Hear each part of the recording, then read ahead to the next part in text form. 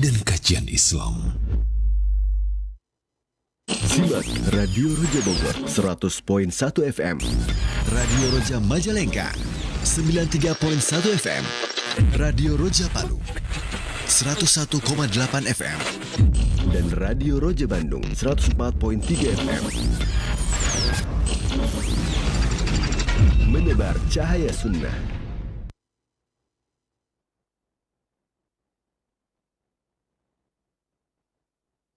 Assalamualaikum warahmatullahi wabarakatuh. Alhamdulillah wassalatu wassalamu ala Rasulillah Nabiyina Muhammadin wa ala alihi wa sahbihi wa man wala. Asyhadu an la ilaha illallah wahdahu la syarikalah wa asyhadu anna Muhammadan abduhu wa rasuluhu, amma ba'd. Ikhwatul Islam, kaum muslimin dan muslimat, sahabat Roja yang semoga dirahmati dan dimuliakan oleh Allah Subhanahu wa taala dimanapun Anda berada. Alhamdulillah, pada kesempatan malam hari ini kita dapat kembali berjumpa dalam suatu program saluran tilawah Al-Quran dan kajian Islam. Salawat dan salam semoga senantiasa tercurahkan kepada Nabi kita, Nabi Muhammad SAW. InsyaAllah akan kembali kami hadirkan kajian Islam ilmiah dari pembahasan kitab Al-Adabul Mufrad yang insyaAllah akan disampaikan oleh guru kita, yaitu Ustadz Dr. Syafiq bin Riza Basalamah Hafizahullah Ta'ala, yang kami pancarluaskan secara langsung dari studio STDI Imam Syafi'i Jember. Pembahasan pada malam hari ini masih melanjutkan bab ke-431 berkaitan tentang menyeka rambut dan dalam hadis yang ke-953. Di akhir sesi nanti, bagi Anda yang bertanya seputar pembahasan pada kesempatan malam hari ini, Anda dapat bertanya baik melalui layanan telepon ataupun melalui pesan WhatsApp di nomor 0218236543. Baik, ikhwatal Islam, kaum muslimin dan muslimat, mari kita sama-sama simak pemaparan materi kepada Ustadz Dr. Syafiq bin Riza Basalamah Hafizahullah Ta'ala. Kami persilakan, falyatafadhal masykur ya Ustadz.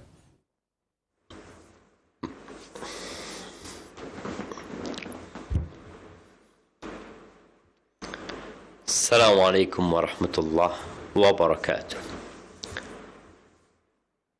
Alhamdulillah alladzi bi ni'matihi tatimmus salihat. Segala puji bagi Allah Jalla Jalaluh, yang karena nikmatnya kebaikan-kebaikan menjadi sempurna. Hari ini atau malam ini, malam 16 Syawal, ya, sudah 15 hari kita meninggalkan Ramadan. Hari-hari yang penuh dengan keberkahan. Hari-hari yang dibalut dengan semangat membara. Kemauan dan tekad yang kuat untuk berlomba-lomba dalam kebaikan. Tapi hari-hari itu pergi. Semoga Allah menerima amalan kita.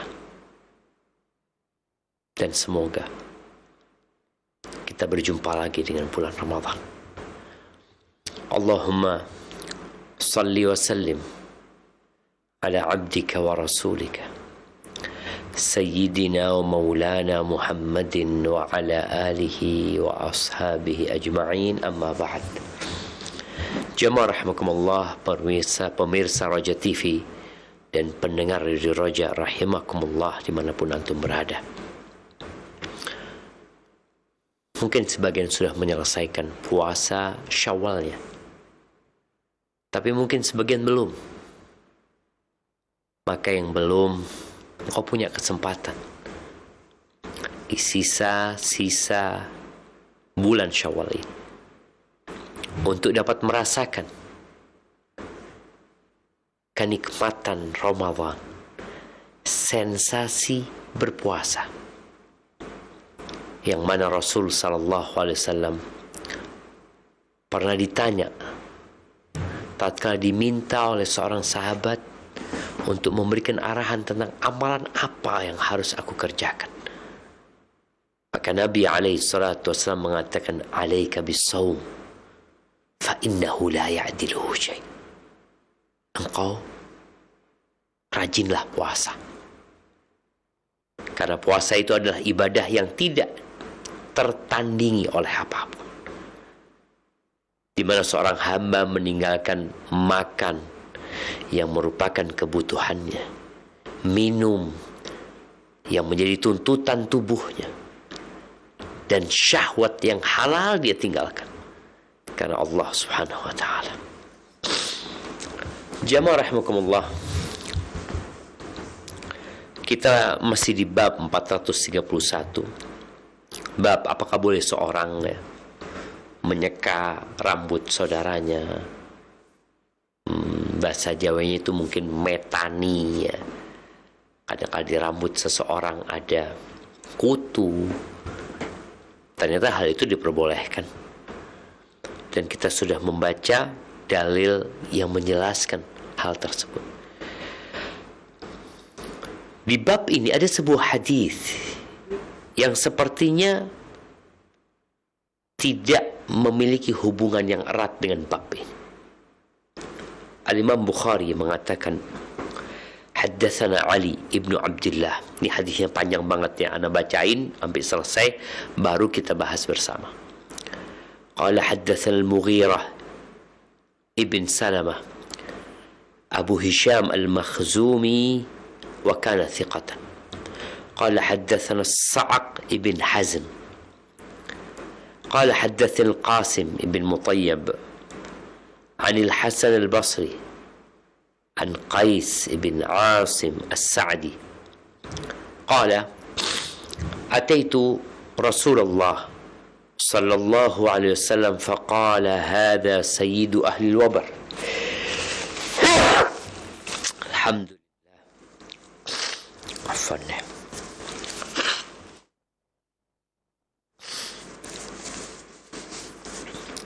فقلت يا رسول الله ما المال الذي ليس علي فيه تابعة من طالب ولا من ضيف؟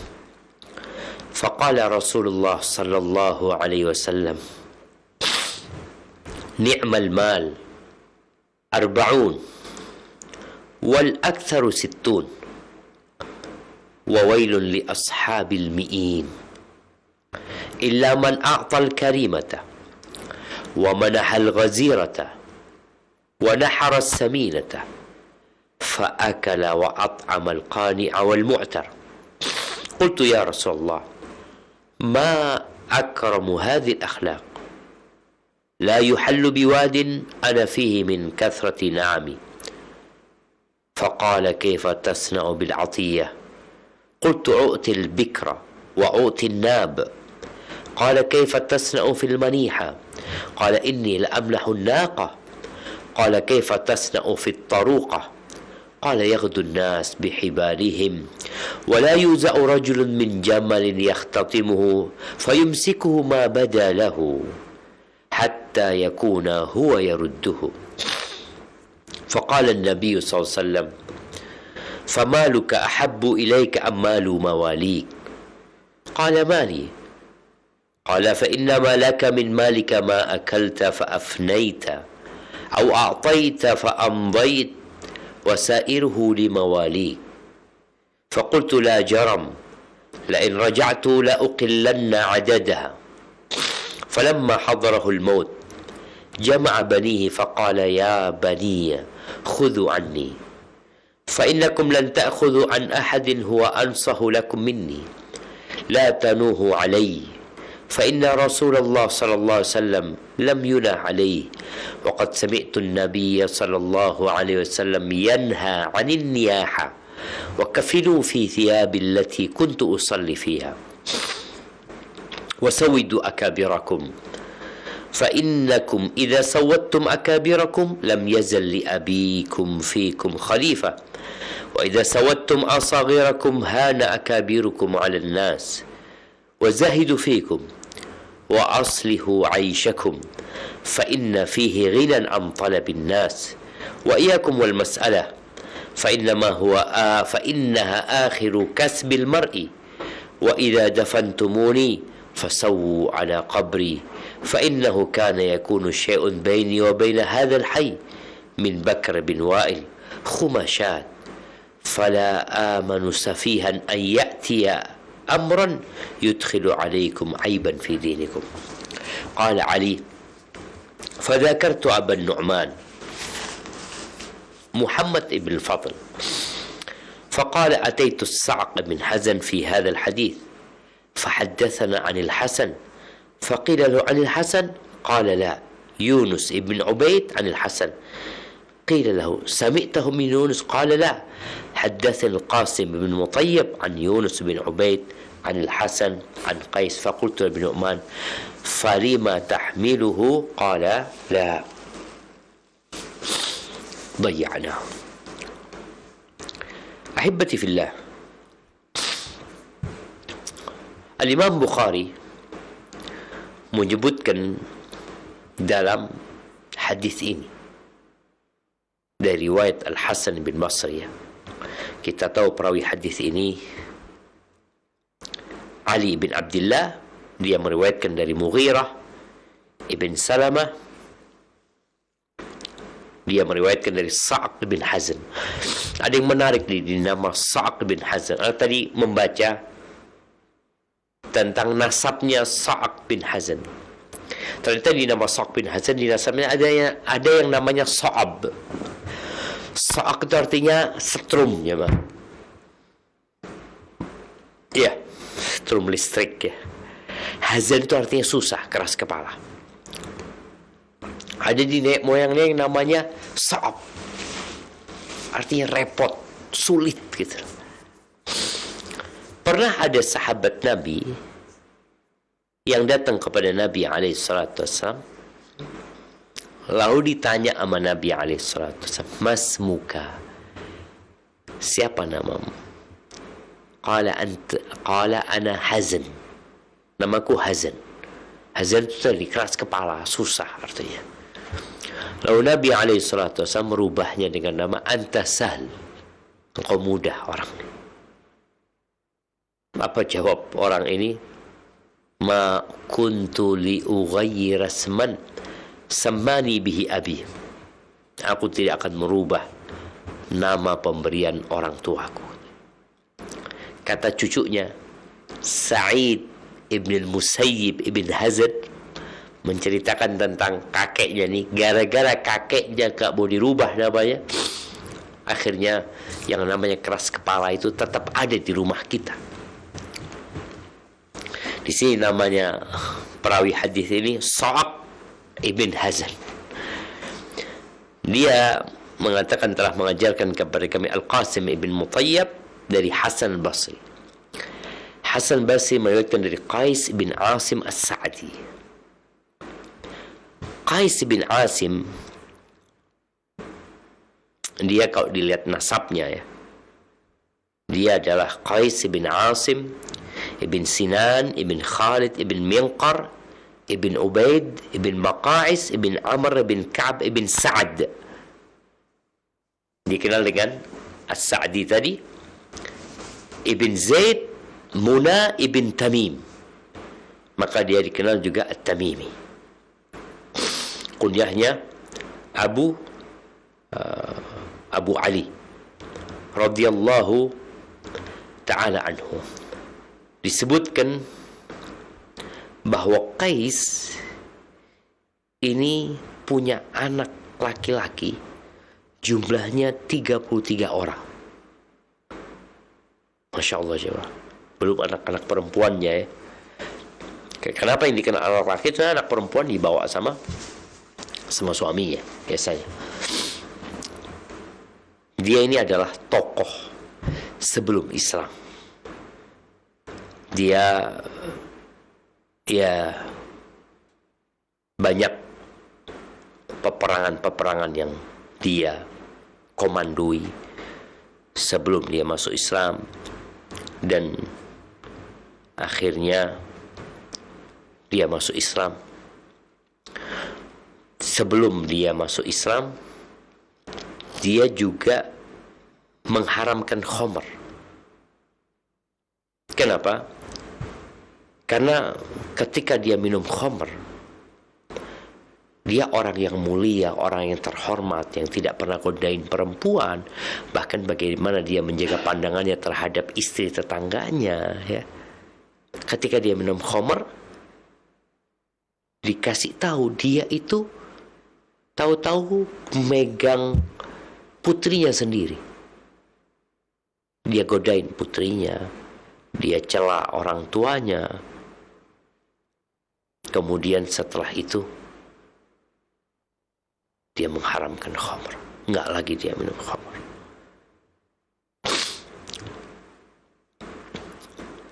Ada yang berpendapat dia termasuk di masa jahiliyah orang yang menguburkan bayi wanitanya hidup-hidup. Ada yang menyebutkan 8 yang dia kuburkan. Itu ketika dia masih jahiliyah. Kemudian dia masuk Islam ketika dia datang menjumpai Nabi SAW di tahun ke-9 Hijriah kira-kira. Kemudian setelah itu dia pindah ke Basrah, ya. Dan di situ dia bangun rumah, dan dia tadi disebutkan dia meninggal. Dia punya anak 33 laki-laki dan meninggal anaknya 32, ditinggal jemaah. Nanti ada cerita tentang anak-anaknya di hadis yang baru saja kita baca. Taib, jemaah rahimakumullah, ketika Qais datang menjumpai Nabi SAW, Nabi mengatakan tentang Qais bin Asim ini, faqala hadha sayyidu ahli al-wabar. Nabi SAW mengatakan ini adalah tokohnya ahlul wabar, orang-orang di pedesaan, orang-orang di kampung Badui, sir. Karena masyarakat pada waktu itu terbagi menjadi 2. Mereka yang tinggal di Badui, yang mereka memelihara onta, domba, ya. Dan ada orang-orang kota, ada badiyah, ada hadirah. Yang tinggal di Badui itu dikenal dengan ahlul wabar, ya, karena biasanya mereka tinggal di tenda-tenda yang terbuat dari kulit. Adapun orang kota disebut ahlul madar, karena mereka tinggal sudah di gedung, ya, udah di bangunan yang dengan tembok, ya, seperti itu. Dan sepertinya Nabi SAW sudah dengar tentang Qais ini. Dan hendaklah kita memposisikan setiap orang itu sesuai dengan kedudukannya. Ketika dia orang yang dihormati di kampungnya, kemudian dia masuk Islam, hendaklah kita menghormati dia. Ya, kita tahu dalam agama kita, inna akramakum indallahi atqakum. Yang paling mulia di antara kalian di sisi Allah siapa yang paling bertakwa kepada Allah SWT. Tapi di sisi manusia ada tuh ketokohan di masyarakat.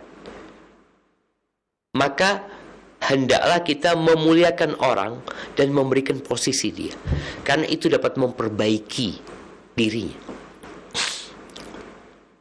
Ingat ketika Nabi SAW menaklukkan kota Mekah, kemudian pamannya Abbas radhiyallahu anhu mengatakan, ya Rasulullah, inna Abu Sufyan rajulun yuhibbul fakhr. Abu Sufyan itu orang yang suka kehormatan, karena memang dia dimuliakan di kampungnya.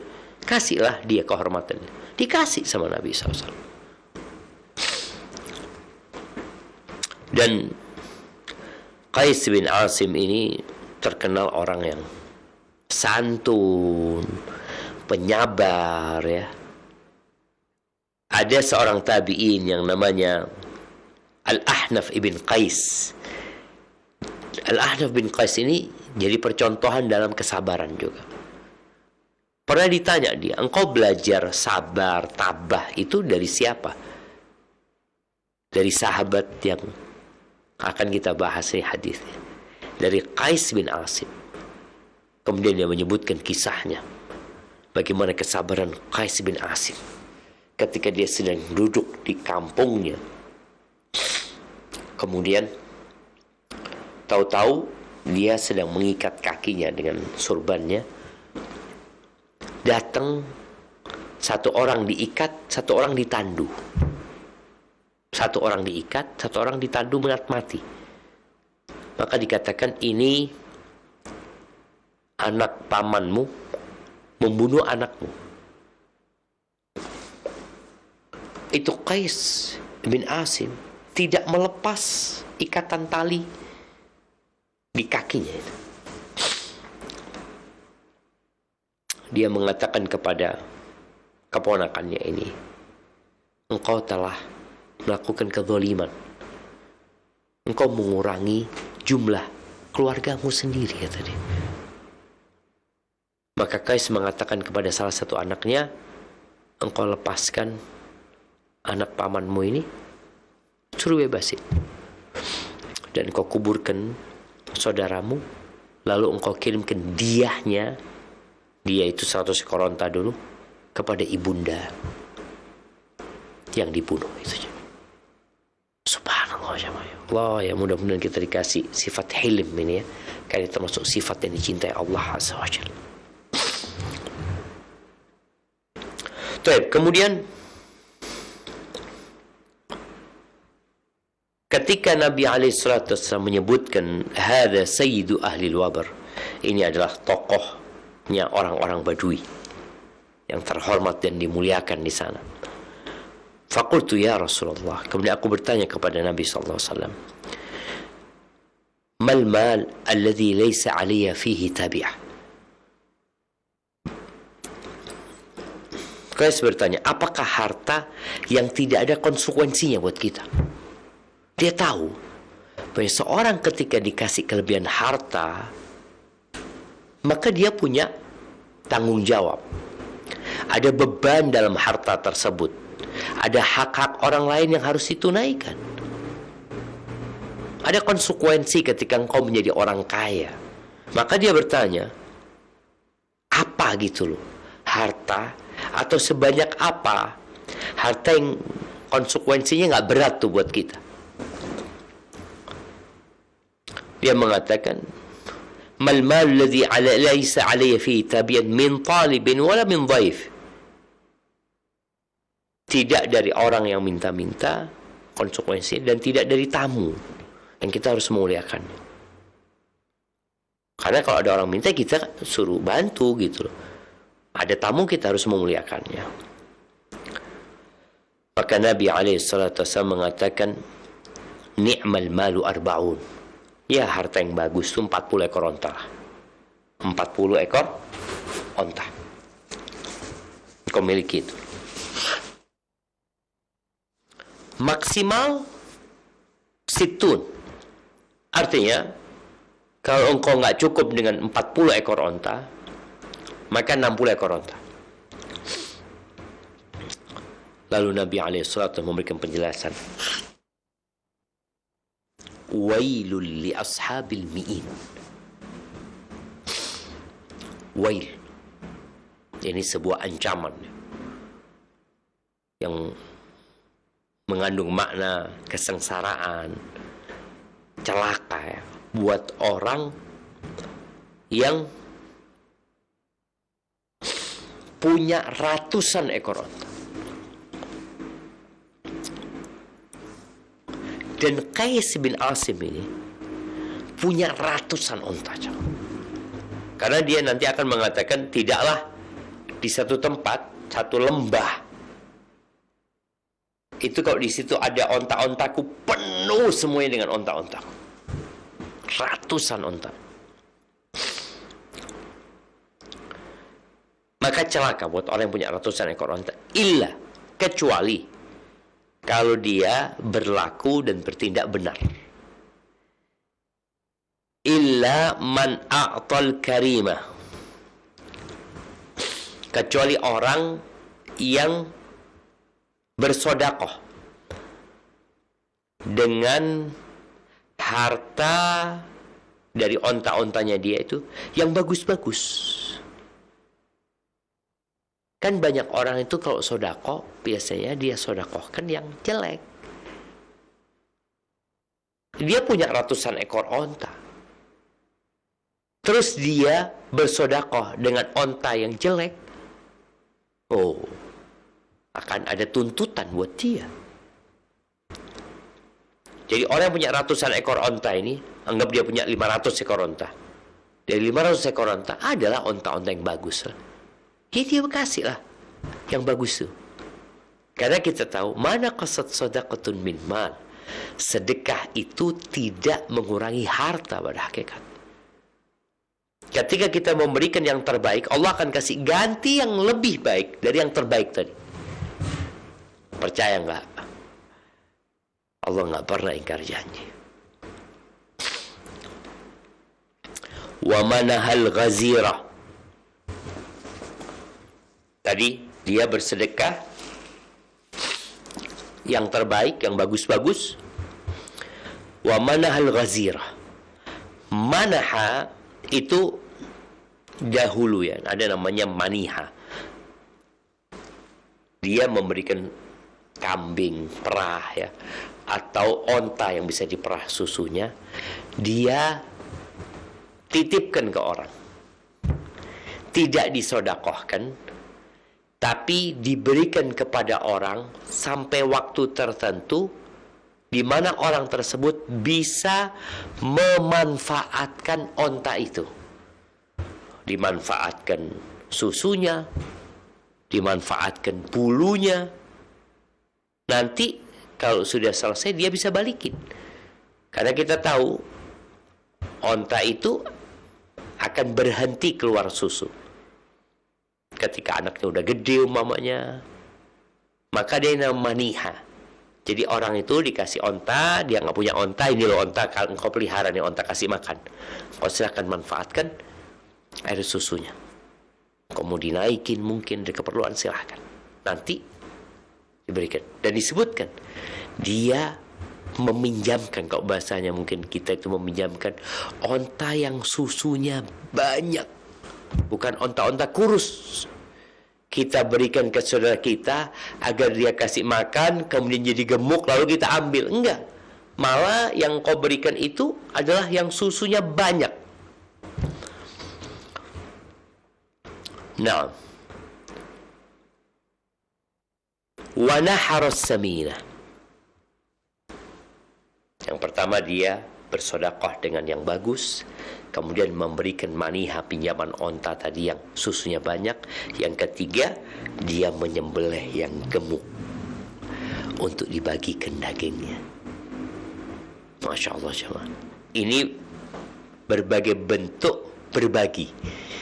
Jadi memberi orang itu kadangkala kita tidak diberikan untuk jadi hak milik. Contohnya mobil. Ada orang butuh mobil, kita pinjemin mobil, kita katakan fadhol, engkau naikin nih mobil, urusan semuanya ana yang nanggung. Kalau ada rusak, ada apa ini, perpanjangan apa, ana yang nanggung. Itu pakai aja, atau antum pakai aja. Itu termasuk berbagi sama orang. Jadi orang itu naik mobil tanpa khawatir konsekuensi dari mobil tersebut. Karena apa? Karena semua ditanggung sama yang punya. Mungkin dia cuma isi bensin, modelnya kayak gitu. Kemudian disebutkan dia menyembelih yang gemuk, fa'akalah. Kemudian dia makan dari daging ontanya, wa at'amal qani'a wal mu'tar. Kemudian dia memberi makan dari daging onta itu orang-orang fakir yang tidak minta-minta, wal mu'tar adalah orang fakir yang minta-minta. Karena ada orang fakir yang mungkin kita mengiranya mampu dia, karena dia nggak minta-minta, padahal dia fakir. Dia fakir yang terhormat. Tapi ada fakir yang kondisinya udah nggak mungkin, dia harus minta gitu loh. Qala qultu ya Rasulullah, ma aqramu hadhil akhlaq. Qais bin Asim setelah mendapatkan penjelasan dari Nabi SAW, maka dia menyatakan betapa mulianya, betapa agungnya akhlak-akhlak yang disebutkan Nabi SAW. Nah,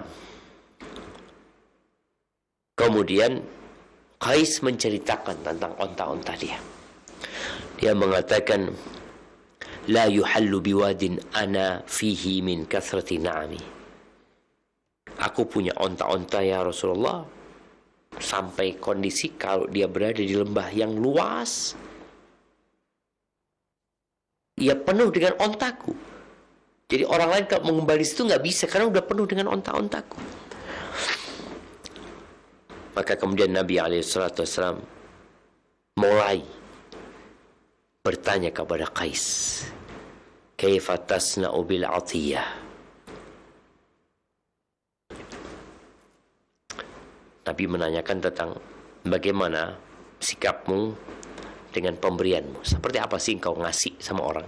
Engkau punya ratusan onta, engkau punya onta yang banyak sekali. Dan pertanyaannya tadi, dia takut dengan konsekuensi dari harta tersebut. Maka ditanya, bagaimana engkau berbagi dengan ontamu yang banyak itu?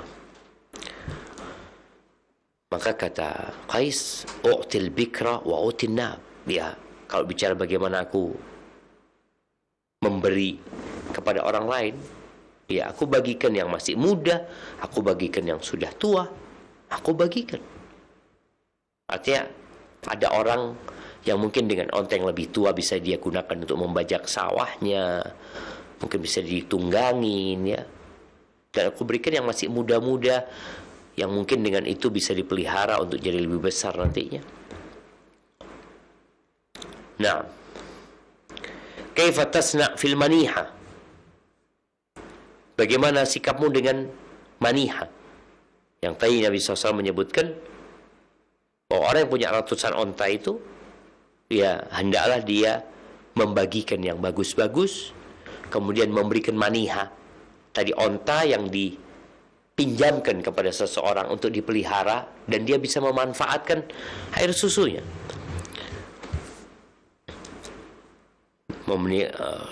Sampai waktu dia kembalikan nanti. Ketika ditanya bagaimana sikapmu terhadap maniha, qala inni la amlahun naqa. Ya, aku ngasih onta perempuan yang ada susunya.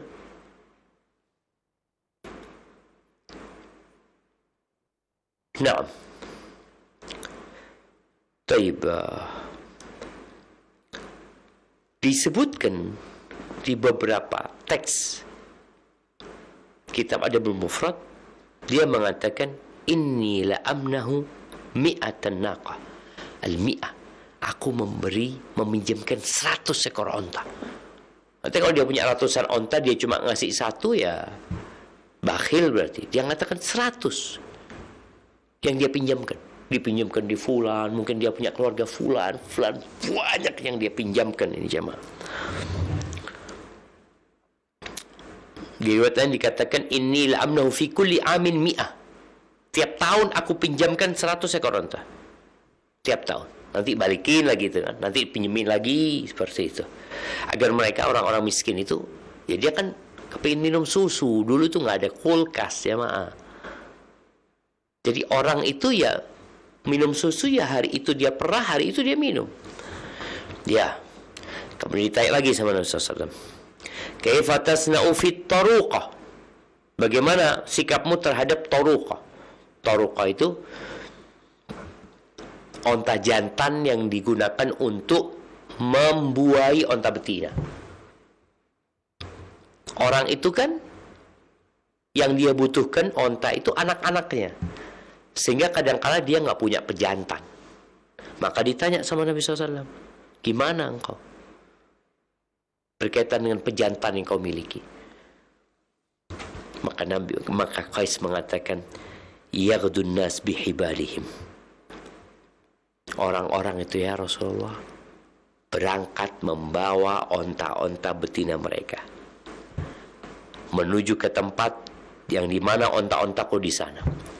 Wala yuza'u rajulun min jamilin yakhtatim. Dan tidak dilarang seorang pun yang memilih pejantan.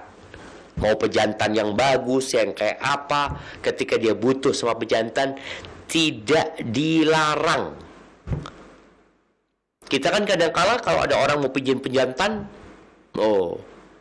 kita berusaha untuk ngasih tarif. Padahal termasuk dilarang jamaah mengambil tarif dari pejantan itu. Itu orang nggak punya pejantan. Engkau sedekah dengan memberikan ontamu atau kambingmu atau dombamu untuk mengawini betina dia. Dan nggak berkurang apa-apa sebenarnya. Maka Qais mengatakan, terserah. Jadi orang datang ke tempatku milih pejantan-pejantan yang bagus, dia tarik, dan dia dikatakan fayumsikuhu ma badalahu hatta yakuna huwa yarudduhu. Dan ketika orang itu memilih, dia bawa pejantannya itu sampai orang itu yang kembalikan. Nggak ditanya, engkau kok nggak dibalik-balikin pejantanku? Kemana? Nggak ada. Dari banyaknya dia buat onta, dan dia orang yang dermawan gitu loh. Engkau butuh sama pejantan, fadl, bawa aja sudah. Nanti udah selesai balikin. Subhanallah, ini menunjukkan sebuah kemuliaan jamaah. Semoga Allah memberikan kita akhlak kedermawanan ini. Karena memang kata Nabi alaihi salatu wasallam, la yajtami'u imanun syuhun fi jawfil abdi. Iman itu enggak bergabung bersama sifat pelit. Enggak. Di hati seorang mukmin, ketika ada iman, enggak ada kekikiran. Ketika ada kekikiran, nilai-nilai keimanan berkurang dalam hatinya. Setelah Nabi alaihi salatu wasallam mendengarkan apa yang disampaikan oleh Qais, lalu beliau memberikan pencerahan. Famaluka ahabbu ilaika ammalu mawalik. Ditanya,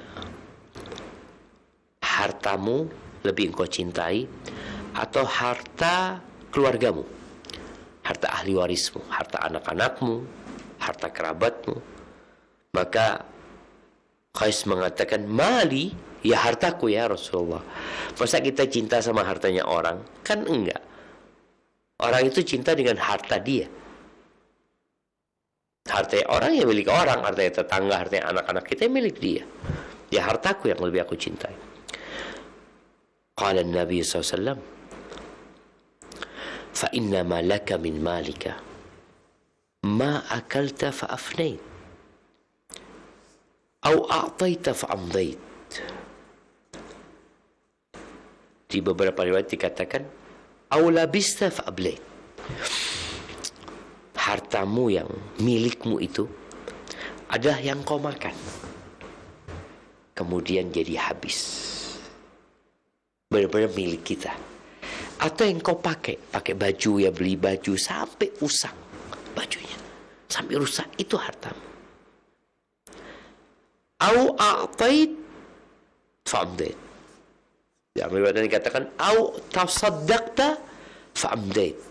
Harta yang sebenarnya adalah yang engkau sedekahkan. Kemudian itu yang engkau akan jumpai kelak pada hari kiamat. Subhanallah jemaah.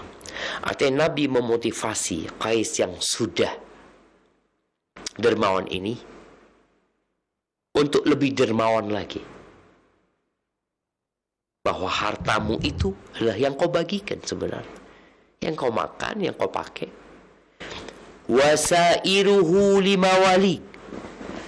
Adapun sisanya yang banyak itu punya ahli waris.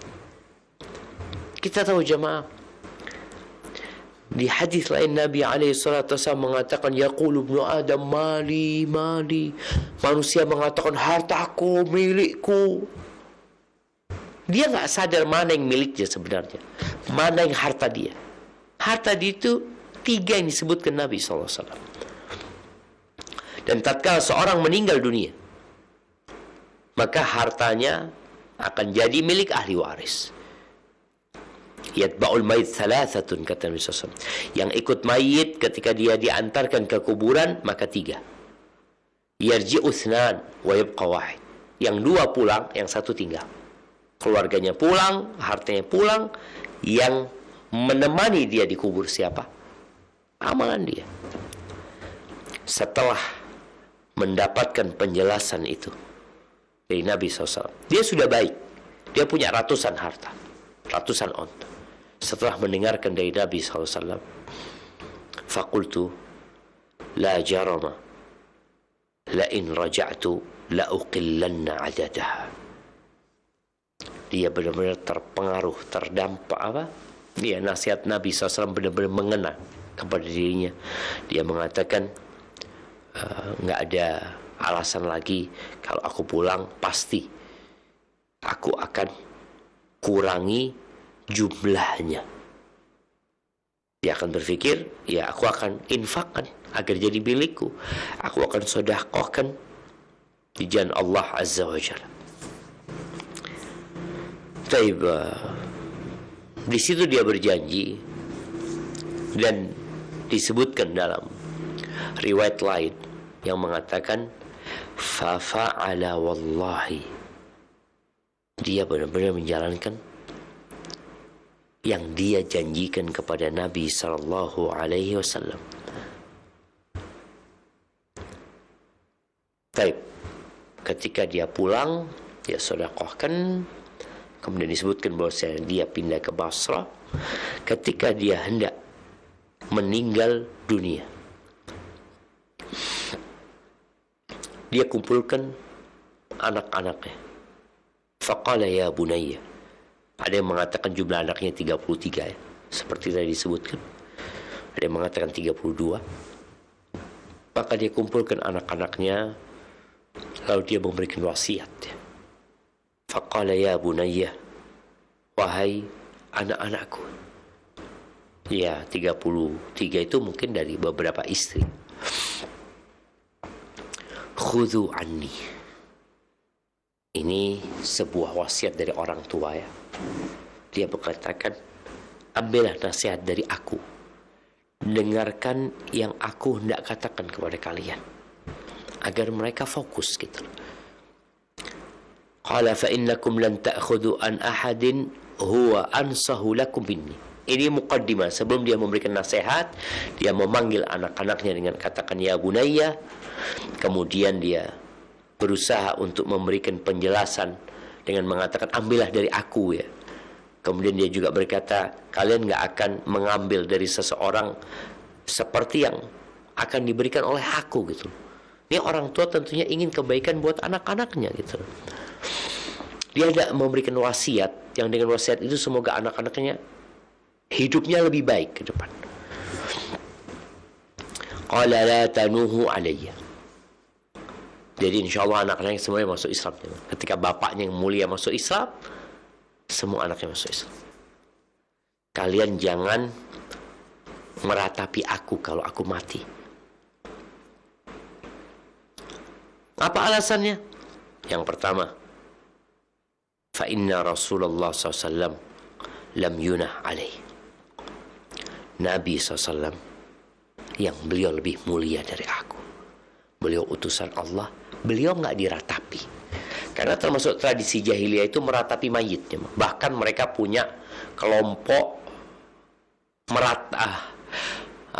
kelompok wanita-wanita yang meratapi yang dibayar. Jadi peratap sewaan ada di masa jahiliyah. Jadi untuk nangis ya, untuk mukul-mukul ya, untuk teriak-teriak, nggak boleh. Kenapa? Karena Nabi aja nggak diratapi. Dia mengatakan. Kemudian waqad sami'tu an-nabiyya sallallahu alaihi wasallam yanha 'anil niyah. Di samping beliau tidak diratapin, aku juga mendengar Nabi alaihi salatu wasallam melarang tentang meratapi mayit itu.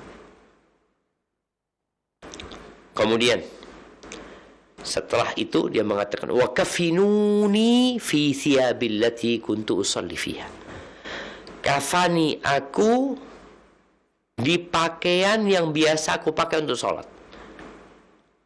Mungkin pakaiannya sarung sama selendang. Atau ya pakaian biasa cuma mungkin nanti digunting gimana untuk jadikan kafan. Jadi dia tidak minta kafan yang baru. Dia orang kaya, bisa beli kafan baru. Tapi dia melihat bahwasanya yang baru itu orang yang hidup yang pakai, yang mati lah. Kafani aku di baju yang biasa aku pakai untuk sholat. Baik. Nasihat yang ketiga. Wasawwidu akabirakum. Dia memberikan wasiat kepada anak-anaknya agar tidak terjadi pertikaian. Hendaklah kalian tokohkan, jadikan tanggung jawab itu di tangan orang-orang yang paling tua di antara kalian, yang senior gitu. Anaknya 33 tuh, yang senior. Muliakan dia, tokohkan dia, hormatin. Fa innakum idza sawattum akabirakum. Kalau kalian jadikan yang senior itu tokoh buat kalian, lam yazal li abikum fikum khalifah. Ya, bapak kalian akan memiliki khalifah, penerus gitu loh. Karena biasanya anak-anak orang kaya kalau nggak dikasih wasiat itu ribut di antara mereka. Yang kecil mau menguasai, sudah jadikan yang besar-besar, yang senior-senior.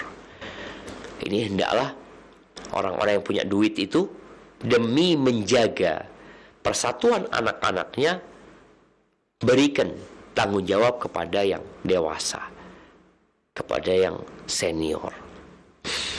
Wa idza sawattum asaghirakum hana akabirakum 'alan nas wa zahidu fikum. Kalau yang kalian jadikan tokoh di antara anak-anak ini yang junior, ya akhirnya yang besar ini akan dianggap remeh sama orang-orang. Dan orang-orang juga nggak akan memuliakan kalian. Ketika, oh ini keluarga nggak bener ini. Masa yang senior diabaikan, tidak dihormatin, tidak dikasih kedudukan. Maka akhirnya masyarakat malah nggak memuliakan kalian. Wa aslhu aisyakum. Fa inna fihi ghinan an talabin nas. Ini nasihat urusan dunia juga. Hendaklah kalian memperbaiki penghidupan kalian. Artinya, ya dengan berusaha mengembangkan harta yang diberikan, sungguh-sungguh bekerja ya.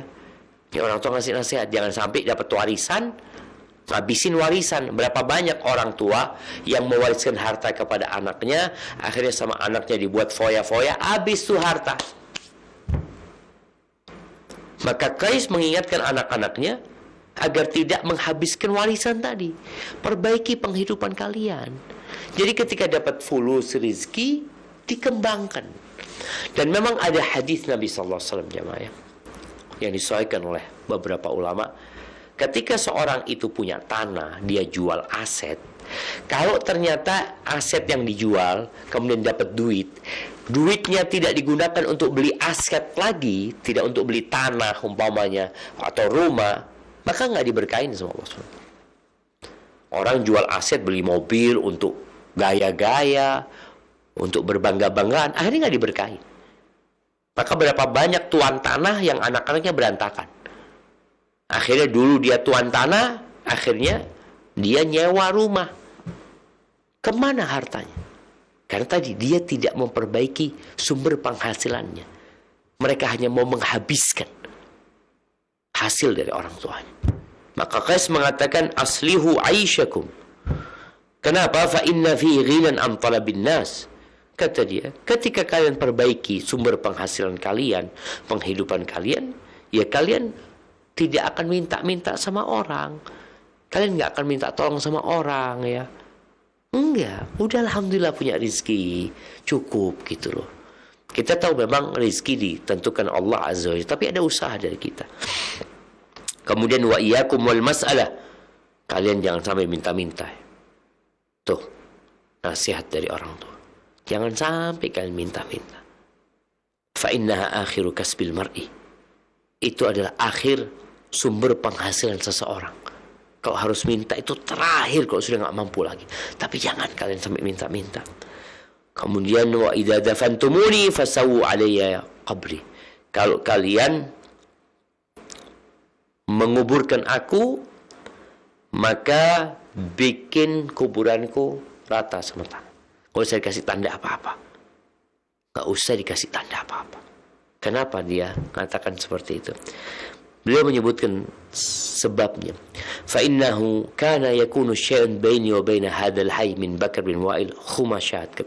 Karena dulu ya pernah antara bapakmu ini dengan kabilah Bakar bin Wa'il ya adalah permasalahan ya yang tidak sampai terjadi pembunuhan ya. Biasanya kan ada orang sakit hati atau gimana. Aku nggak merasa aman kalau nanti ada orang-orang yang bodoh di antara mereka yang akhirnya memasukkan sesuatu yang jadi aib buat kalian dalam agama kalian. Mungkin kuburannya digali, kemudian jenazahnya dibuang atau gimana. Ini nasihat dari orang tua. Subhanallah, nasihat yang sangat mulia sekali ya. Semoga kita bisa mengamalkan nasihat ini buat kita dan keluarga kita agar keluarga kita bisa menjadi keluarga yang solid, yang saling tolong menolong ya, yang kuat menolong yang lemah, yang kaya menolong yang miskin. Kemudian jangan sampai kita ketika mendapatkan warisan, kita berfoya-foya dengan warisan tersebut, kemudian ribut di antara keluarga, dan silaturahim terputuskan. Barakallahu fiik. Itu mungkin di akhir hadis ada cerita tentang yang berkaitan dengan sanad, tapi sepertinya matan hadis yang tadi disampaikan sudah cukup untuk memberikan nasihat kepada kita, dan mungkin kita akan masuk ke bab baru di kesempatan yang akan datang insyaallah. Tapi Anda kembalikan ke teman-teman di Rojak Pusat untuk melanjutkan atau memandu jalannya tanya jawab. Jazakumullah khair. Syukran jazakumullah khairan wa barakallahu fikum kepada Ustadz Dr. Syafiq bin Riza Basalamah hafizahullah taala yang telah memberikan materi pada kesempatan malam hari ini. Selanjutnya bagi Anda yang ingin bertanya seputar pembahasan, Anda dapat bertanya baik melalui pesan WhatsApp ataupun layanan telepon di nomor 0218236543. Pertanyaan pertama akan kita bacakan dari pesan WhatsApp terlebih dahulu dari hamba Allah di Bogor. Assalamualaikum Ustadz, izin bertanya, ketika imam sedang membaca surat yang panjang, bolehkah makmum membaca Al-Fatihah 2 atau 3 kali? Terima kasih. Assalamualaikum warahmatullahi wabarakatuh. Silakan Ustadz.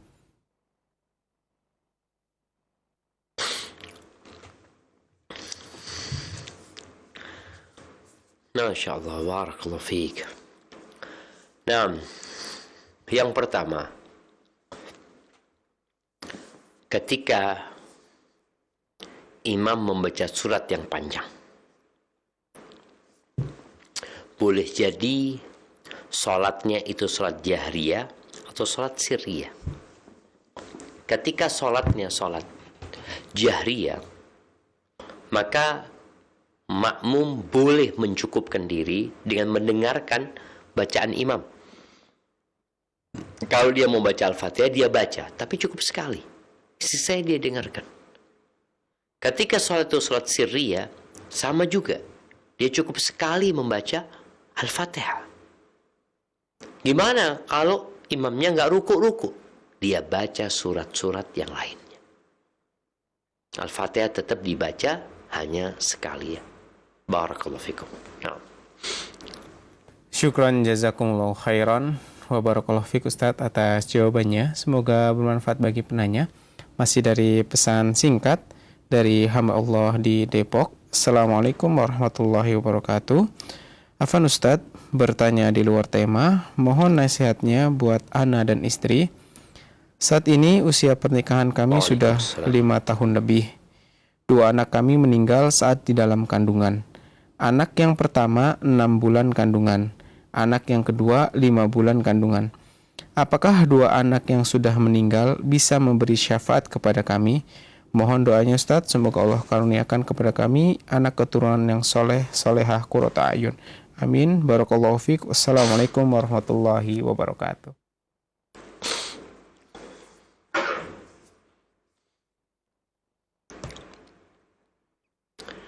Waalaikumsalam warahmatullahi wabarakatuh. Ahsanallahu azaakum wa ghafara limayitikum. Ya, jamaah, tidak semua yang kita inginkan kita peroleh. Semua orang kepingin punya anak ya. Tapi ada orang yang gak kepingin punya anak, dikasih anak sama Allah SWT. Artinya dia udah cukup ya anaknya, tahu-tahu dia hamil lagi, tahu-tahu dia hamil lagi. Tapi ada orang yang ingin hamil gak hamil-hamil. Ada orang yang udah hamil, anaknya meninggal dalam kandungan. Semoga Allah memberikan ganti yang lebih baik, dan semoga anak-anak bisa memberikan syafaat buat orang tuanya. Kalau pertanyaannya, apakah anak-anak itu bisa memberikan syafaat? Insya Allah ya. Karena anak-anak itu sudah ditiupkan ruh di dalamnya. Nabi SAW menyebutkan bahwasanya ruh ditiupkan kepada janin ketika berumur 120 hari. Artinya kalau sudah berumur 120 hari, maka dia dianggap manusia. Ketika dia meninggal dunia gugur tadi, maka dia harus dimandikan, dikafani, disolati, dan dikuburkan. Karena dia sudah manusia, dikasih nama, diakikoi ya. Dan anak-anak itu, kalau orang tuanya sabar ketika menghadapi musibah, maka Allah akan kasih ganti yang lebih baik. Dan boleh jadi anak-anak, bayi-bayi itu akan menunggu orang tuanya di pintu surga. Bagaimana dia menunggu, gak mau masuk surga. Ketika disuruh masuk, mereka mengatakan, hatta ya'tiya abauna, kami di sini aja nunggu sampai orang tua kami datang. Ketika datang orang tuanya, maka dipersilahkan tuh anak-anak masuk surga bersama orang tuanya. Maka hendaklah bersyukur kepada Allah atas nikmat memiliki tabungan, dan bersabar atas musibah ditinggal mereka. Karena dalam semua musibah biasanya ada hikmah. Dan ana doakan juga semoga Allah kasih ganti yang lebih baik, dikasih anak-anak yang soleh. Perbanyak doa, Rabbi habli minas salihin, Rabbana hablana min azwajina wa dhurriyyatina qurrata a'yun waj'alna lil muttaqina imama. Barakallahu fikna. Syukran jazakumullah khairan wa barakallahu fiik Ustaz atas jawabannya, semoga bermanfaat bagi penanya. Selanjutnya akan kita coba angkat dari layanan telepon. Halo. Halo, assalamualaikum Pak Ustaz. Waalaikumsalam warahmatullahi wabarakatuh. Dengan Bapak siapa dan di mana Pak? Di Ismail di Sulawesi Selatan. Izin bertanya Pak Ustaz. Ini soal, maaf ya, di luar tema lagi, dan pertanyaannya adalah saya pernah mendengar istilah muqarrabun dan al-abrar, dan saya pernah mendengar bahwa al-muqarrabun itu lebih disukai oleh Allah daripada al-abrar. Dan ini saya dengar dari tokoh masyarakat yang ada di kampung saya. Nah, pertanyaan saya, apakah al-muqarrabun dan al-abrar itu memang berbeda posisinya? Maksudnya, apakah al-abrar itu orang yang munafik, dan apakah al-muqarrabun itu adalah orang yang Islam? Karena saya belum paham agama Pak Ustaz. Jazakumullah khairan. Assalamualaikum warahmatullahi wabarakatuh. Waalaikumsalam warahmatullahi wabarakatuh. Silakan Ustaz.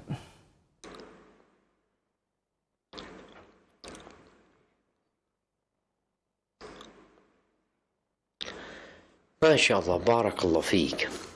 Iya, kalau kita membaca Al-Quran, terkadang kita akan mendapati pembagian manusia kelak di hari akhir itu menjadi dua. Dan di ayat lainnya dibagi menjadi tiga. Secara umum, memang manusia itu ada yang masuk surga, ada yang masuk neraka. Allah mengatakan contohnya ya, di surat Al-Infitar Allah mengatakan innal abrara lafi na'im wa innal fujjara lafi jahim. Innal abrar, sesungguhnya orang-orang yang baik itu, orang yang berbakti sama orang tuanya, orang yang baik dalam ibadahnya, dia berada di surga yang penuh dengan kenikmatan. Dan orang-orang jahat itu di neraka. Ini pembagian dua, surga dan neraka. Di ayat lainnya seperti di surat Al-Waqi'ah, Allah menyebutkan manusia menjadi tiga. Anda akan bacakan umumnya. Allah mengatakan wa kuntum azwajan thalatha. Kalian akan menjadi tiga kelompok ya. Fa ashabul maimana, ma ashabul maimana.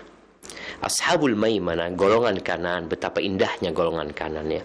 Wa ashabul masy'amah, ma ashabul masy'amah. Yang pertama adalah golongan kanan, yang kedua adalah golongan kiri. Betapa buruknya golongan kiri itu. Terus yang ketiga, was-sabiquna as-sabiqun ulaikal muqarrabun. Ini yang disebut al-muqarrabun. Jadi kalau bicara abror dan fujar, maka al-muqarrabun dan ashabul yamin masuk tuh. Masuk dalam abror. Tapi ketika pembagiannya tiga, jadi penghuni surga itu terbagi menjadi dua. Yaitu al-muqarrabun yang Allah Azza wa Jalla katakan thullatun minal awwalin wa qalilun minal akhirin.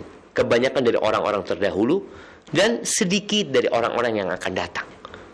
Adapun ashabul yamin, kalau mau diterjemahkan abror tadi, maka thullatun minal awwalin wa thullatun minal akhirin. Banyak dari golongan terdahulu dan banyak dari golongan yang akan datang.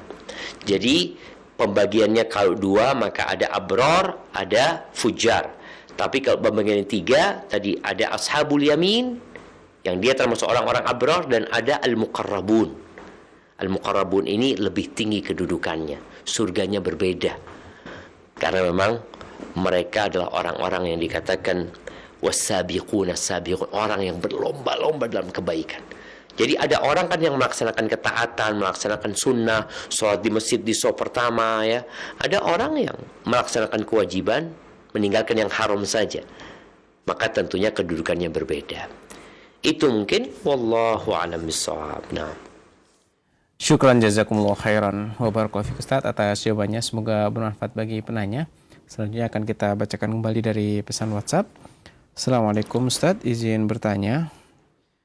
Mohon pencerahannya berkaitan dengan adanya kegiatan walimatus syafar ketika akan mengerjakan ibadah haji. Waalaikumsalam. Apakah ini syariat Islam berdasarkan nas atau asar sahabat?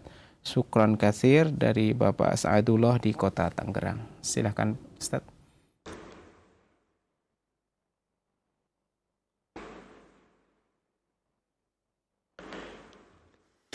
Barakallahu fiik ya. Iya, berkaitan dengan walimatus safar ketika orang mau berangkat haji, Anda membaca beberapa penjelasan para ulama, kalau nggak salah di antara Al-Imam Nawawi, termasuk yang membolehkan ya, itu termasuk dari kebiasaan yang tidak bertentangan dengan syariat. Selama tidak diyakini itu menjadi sesuatu yang harus atau sesuatu yang sunnah, maka nggak apa-apa seorang mengadakan walimatus safar. Yang penting niatnya baik. Ketika dia kumpulkan orang-orang, mungkin dia ingin pamitan sama mereka, hendaklah orang yang mengadakan ini jangan sampai niatnya ria ya. Dia mungkin kalau harus pamitan ke kerabat-kerabatnya mungkin butuh waktu, kemudian dia kumpulkan mereka, maka insya Allah itu hal yang diperbolehkan. Jadi babnya bukan bab ibadah, dimasukkan ke bab adat ya, bab kebiasaan. Selama tidak diyakini menjadi sesuatu yang sunnah, insya Allah nggak masalah. Walaupun Anda mendengar ada beberapa mungkin yang melarang ya, tapi Anda lebih condong yang mengatakan itu babnya bab adat istiadat yang selama tidak bertentangan dengan syariat, maka tidak mengapa untuk dilakukan, tapi dengan catatan yang tadi disebutkan ya. Jangan sampai tujuannya untuk berbangga-banggaan, untuk pamer, untuk mengatakan aku mau berangkat haji, jangan sampai ya. Karena udah keluar duit banyak, haji nanti nggak diterima.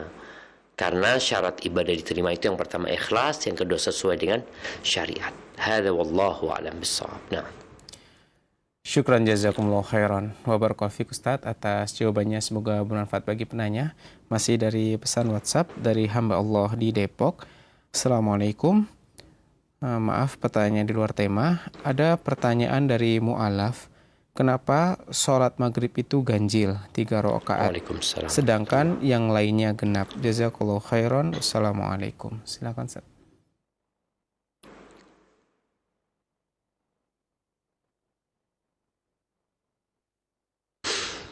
Masya Allah, barakallahu fiik ya. Ya, berkaitan dengan sholat, kita ini melakukan ibadah sesuai dengan perintah. Kenapa subuh kok 2, zuhur kok 4, asar kok 4, maghrib kok 3, kemudian isya itu 4 ya. Ya karena seperti itu Nabi alaihissalatu wasallam mengajarkan. Dan kita mengatakan sami'na wa ata'na. Ya kita sholat 3 karena Nabi sholatnya 3 gitu. Kalau bicara hikmah, ada yang mengatakan misalnya sholat maghrib itu adalah witrun nahar. Sholat maghrib itu adalah witirnya siang. Jadi kita menutup siang dengan witir 3. Di malam ada witir lagi, kita sholat witir malam hari ya. Tapi itu sholatnya sunnah. Jadi sampaikan kepada yang bertanya, begitulah kita diajarkan oleh Nabi SAW. Mungkin di situ ada hikmah, ya mungkin. Tapi ketika kita tidak mengetahui hikmahnya, tugas kita adalah sami'na wa ata'na. Barakallahu fikna. Syukran jazakumullah khairan wa barakallahu fiik Ustaz atas jawabannya, semoga bermanfaat bagi penanya. Selanjutnya akan kita coba angkat kembali dari layanan telepon. Halo. Halo. Ya, halo. Ya, selamat malam. Ya, selamat malam. Assalamualaikum warahmatullahi wabarakatuh. Ya, waalaikumsalam warahmatullahi wabarakatuh. Ya, dengan Bapak siapa dan di mana, Pak? Dengan Bapak Yogi. Oh, silakan pertanyaannya, Pak. Bapak siapa dan mana, Pak? Oh ya, gini, Mas. Syukran. Jadi mungkin kebetulan di keluarga juga baru ya yang mengenal manhaj salaf. Nah kemudian mungkin dengan kebiasaan-kebiasaan dan tradisi-tradisi banyak timbul perdebatan ya karena merubah tradisi-tradisi dan juga tidak sesuai dengan syariat agama. Nah jadi mungkin untuk pertanyaan saya di sini mungkin di luar tema yang dibahas. Ada yang mengatakan bahwa di situ dibahas terkait syariat itu harus ada hakikat, kemudian atarekat dan ma'rifat. Nah itu bagaimana penjelasannya Ustaz? Sudah, Bapak? Ya, sudah. Terima kasih. Jazakallahu khairan. Assalamualaikum. Waalaikumsalam warahmatullahi wabarakatuh. Silakan Ustaz.